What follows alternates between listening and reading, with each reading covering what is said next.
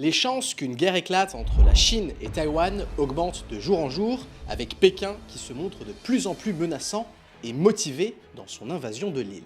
Les Occidentaux, et en particulier les États-Unis, ont clairement fait comprendre à la Chine qu'ils étaient prêts à la guerre nucléaire pour empêcher la conquête de Taïwan et la défendre face à l'invasion. La raison, une seule et unique entreprise taïwanaise, plus précieuse qu'ExxonMobil, que Google ou même Microsoft, car l'avenir du monde est entre ses mains.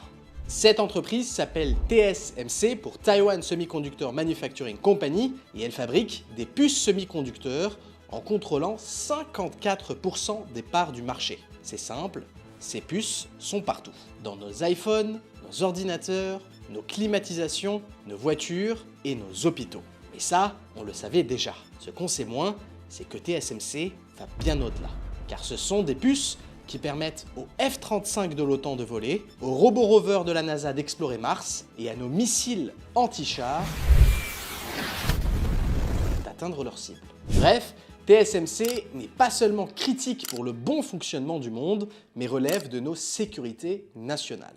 Aujourd'hui, on va donc voir comment cette énorme mais obscure entreprise en est arrivée à jouer un rôle si crucial dans le monde et ce qu'il se passera, non pas si, mais quand la Chine envahira Taïwan.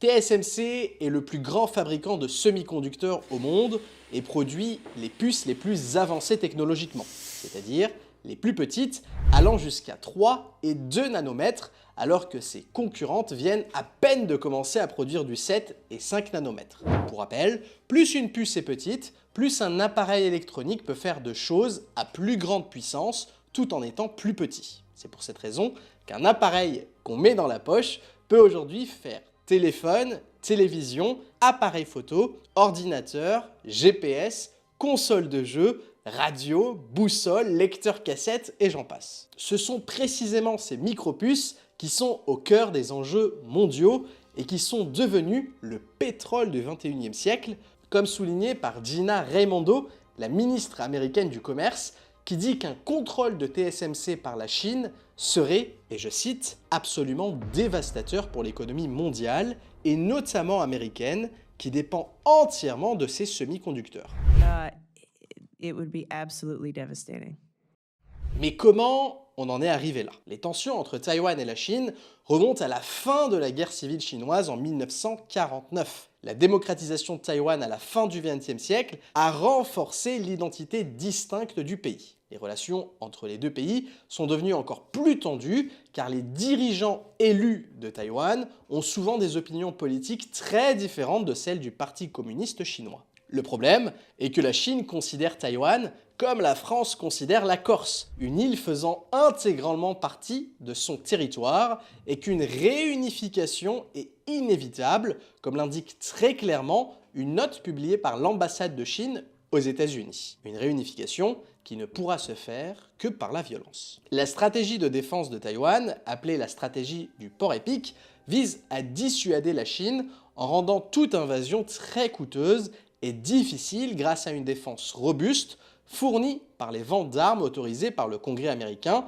et qui vise à transférer le coût économique de la guerre à la Chine. Pour ne rien arranger, TSMC décide en 2020 de cesser ses ventes de puces au constructeur chinois Huawei pour respecter les sanctions américaines. L'entreprise a été obligée de respecter ces sanctions pour ne pas elle aussi se retrouver sur liste noire et ne plus pouvoir acheter à la danoise ASML ses machines à fabrication de puces, ce qui mettrait fin à son règne.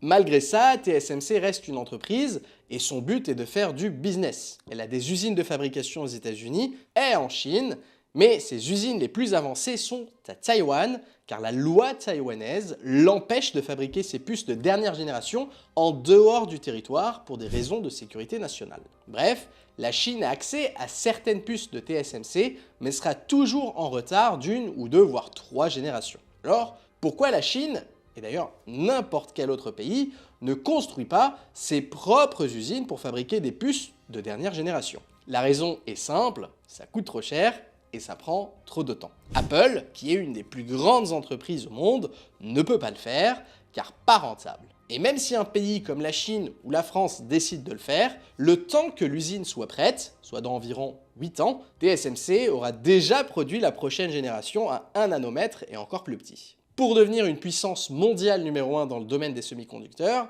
la Chine a donc besoin de prendre le contrôle de Taïwan. Le problème est qu'utiliser la force détruira TSMC et ses usines de production. Pas forcément volontairement, mais comme on l'a appris avec les guerres en Ukraine et à Gaza, tout est quasiment détruit, que ça ait une valeur stratégique ou non. Et le plus troublant est que si jamais la Chine décide d'envahir Taïwan, ce ne seront pas nécessairement les Chinois qui réduiront les usines en poussière. Comme on l'a vu en introduction, la plupart du matériel militaire et spatial américain, comme les F-35, les Javelins ou les robots de la NASA, sont bourrés de puces TSMC. Les Américains auront donc un intérêt à saboter, voire faire exploser les usines pour ne pas que ces technologies tombent entre des mains chinoises. On en vient donc au cœur du sujet. Que se passerait-il si les usines de TSMC devenaient inopérables? Au début de la pandémie, en 2020, les usines de semi-conducteurs au monde ne tournaient plus à 100% de capacité, mais à 90%. Rien que cette baisse de 10% a provoqué des ruptures de stock qu'on a appelées la crise des composants. Les 3 principales industries qui ont été les plus touchées ont été l'automobile, les cartes graphiques et les consoles de jeux vidéo qui ont immédiatement eu du mal à produire à hauteur de la demande et qui ont agressivement monté leurs prix, contribuant à l'inflation que l'on connaît aujourd'hui. En 2021, le monde a produit 26% de voitures en moins que d'habitude. En tout, ce sont plus de 169 industries qui ont été impactées de près ou de loin par la crise des composants. Et ça, c'est que 10% de capacité en moins. Maintenant, imagine si l'entreprise, qui contribue à 54% du marché, disparaît pendant quelques semaines ou mois seulement. Cette fois, toutes les industries du monde entier seront violemment impactées. Plus de nouveaux téléphones, plus d'avions, plus d'appareils médicaux, plus de voitures, l'essor de l'IA serait stoppé net et la liste est longue. La consommation mondiale baisserait drastiquement et les prix monteraient en flèche. Bref, ça causera une dépression mondiale de l'économie qui ne pourra pas s'en remettre avant 10 ou 15 ans. La crise Covid, une crise sanitaire mondiale qui provoque une crise économique et financière planétaire, voire la crise de 2008, subprime crisis. The stock market is now down 21%. serait une promenade de santé à côté. Face à ce scénario extrêmement pessimiste et malheureusement très réel, quelles sont donc les solutions? Quand les nations occidentales ont pris conscience du risque et des conséquences d'une invasion de Taïwan, les États-Unis ont voté la loi CHIPS en 2022, suivie par l'Europe avec la loi européenne pour les semi-conducteurs. Ces 2 lois incitent à coup de subventions en milliards de dollars les fabricants de composants à implanter des usines sur les territoires américains et européens, notamment l'Allemagne, pour réduire la dépendance à Taïwan. Ce qui est intéressant est que bien que les États-Unis disposent d'Intel et l'Allemagne d'Infineon, la grosse partie des subventions ira à TSMC parce que, comme on l'a vu, sans eux, le monde s'arrête et tout le monde le sait. Une course contre la montre a donc démarré pour que le monde puisse être prêt le jour où la Chine enverra ses premiers soldats. Mais ce n'est pas juste les États et les entreprises qui se préparent. Ça bouge aussi du côté de Wall Street. Le célèbre investisseur Warren Buffett avait acheté 60 millions d'actions TSMC en été 2022 pour changer d'avis 3 mois plus tard en vendant plus de 85% et en s'en débarrassant complètement début 2023. Un mouvement surprenant dans la mesure où Warren Buffett investit généralement à long terme. Interrogé à ce sujet, il a répondu que s'il y avait une chose qu'il ne voulait surtout pas voir de son vivant, c'était de faire perdre de l'argent à ceux qui lui font confiance dans sa gestion. Il a clairement fait savoir que les tensions géopolitiques ont joué un rôle clé dans sa décision. Il a déclaré que TSMC était une entreprise bien gérée, mais que Berkshire Hathaway, son fonds d'investissement, avait de meilleurs endroits où déployer ce capital.